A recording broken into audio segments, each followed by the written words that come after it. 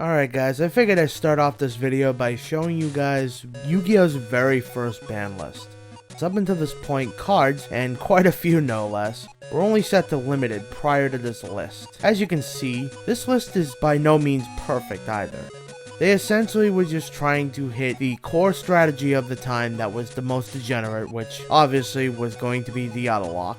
And any cards that restricted other cards like Imperial Order or Mirror Force, restricting you from either attacking or using any useful spell cards for that matter. Ultimately, several of these cards would end up getting limited. So this list is by no means perfect, but you can see exactly what degenerate cards they needed to hit and what strategies they needed to stop. This ban list was released way back in the year of October of 2004, and you could argue that that decision to ban the most devastating and overpowered cards and strategies is ultimately what gave Yu-Gi-Oh the potential to strive as a competent competitive card game, competing with both Magic and Pokemon, the two other most popular card games at the time, ascending every other card game because there was a fad at this time. One thing that made Yu-Gi-Oh unique no less was the fact that it had no set rotation, both a strategy that Pokemon and Magic used at the time, to basically avoid the very scenarios that this ban list would attempt to fix later on in Yu-Gi-Oh's lifespan. Back in the year 2004, they had a very clear goal and mindset of what they needed to accomplish at the time that they made this list. In other words,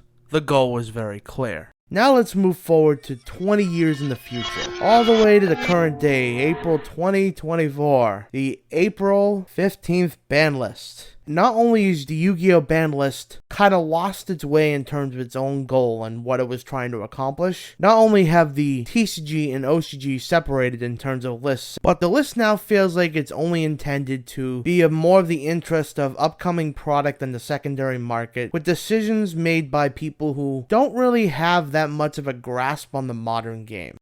All this is to say, this ban list fucking sucks. And I'm gonna tell you why. Alright, so our forbidden cards are Link Kuriboh, Baron de Fleur, Warlord Savage, Summon Limit. Now, Summon Limit is probably the only one that's justifiable here, at least in terms of how... I mean, look, man, I did a side event at a regionals recently, and dude side-decked auto-won a game from me, just by having Summon Limit. So, that's what I mean, people are still happy about that regardless. Alright, for our limited, we have Arch Nemesis Protoss, Return of Colossus, Tidal, a card that probably could have gotten unbanned like formats ago. We'll get to that though. Magispector Unicorn Kirin, again, one that would have been more suited for the last list. Again, there's quite a few of that going on here. Chicken Game, okay. I guess a little bit of hype for the Exodia stuff coming up. And Anti-Spell Fragrance, again, also could have been hit last list. And for the semi, the most debatably useless part of the list, just because they never utilize it properly, is Armageddon Knight. Firewall FTK format is long gone now. And Pearly Delicious Memory, giving them some power back. And then everything else that was unlimited, malicious, again, that could have probably happened formats ago. Orcust Hardpourer, Orca Squad Unite, Speedword Terratop, and Engage. I guess someone's gonna want that copy of mine in my trade binder after all. Now, my main problem with this ban list is essentially how irrelevant, as my buddy has already told me, how irrelevant this list actually feels, right? Like, the choices realistically don't actually stop anything that's actually competing in the modern format right now. Like, you had to understand that they weren't going to hit the Snake Eyes, but really, did we really need to hit Baron de Fleur? Like, seriously? And Link Kuriboh. Warlord Savage, I argue, is honestly just I mean, first of all, Snake Eye can actually make it. That and of course Link Kuriboh. That was probably their little like hint hint. We're gonna hit it a little bit. But I also feel as though it's just kind of biased for Dragon coming up. Both this and Baron de Fleur would probably hit for Tenpai Dragons, even though I don't think they really run it.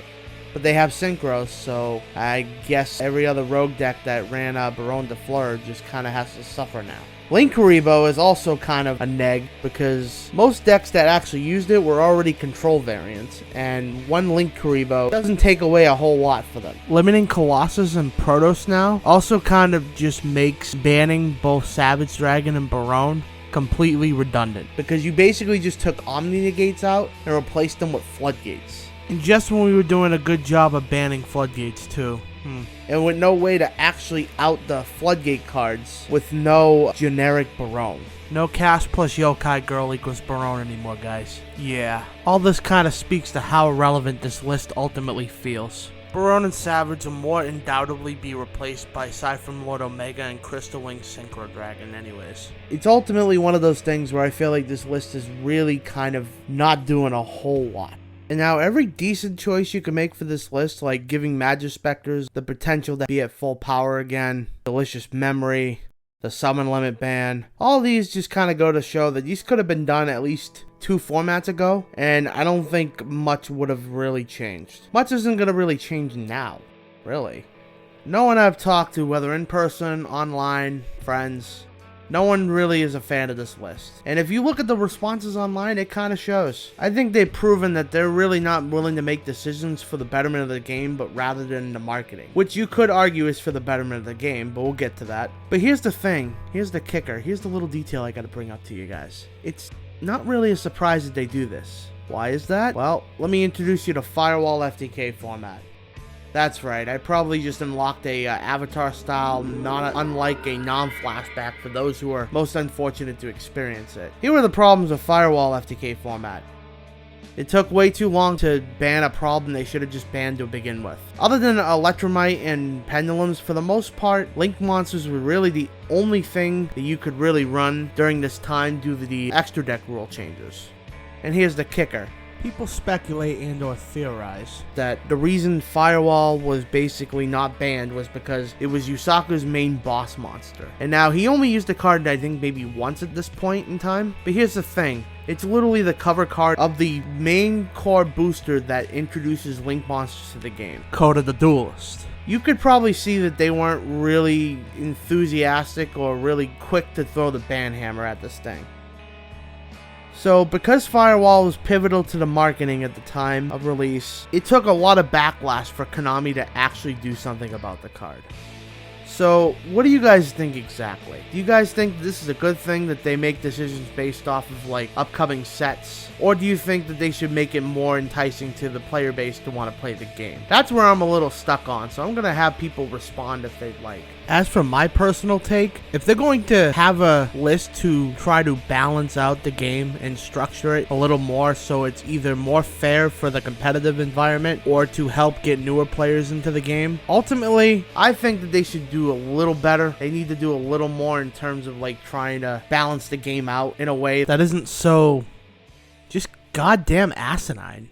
Hey, how's everybody doing? I'd like to thank everybody who made it this far into the video. I just have one little quick thing I'd like to put at the end here. I am trying to save up funds for a trip to YCS, North Carolina, Raleigh. So if you were already going to look for singles on TCG players, consider browsing my storefront. That's all I had to say to you guys. Thank you very much, and I hope you enjoyed the video.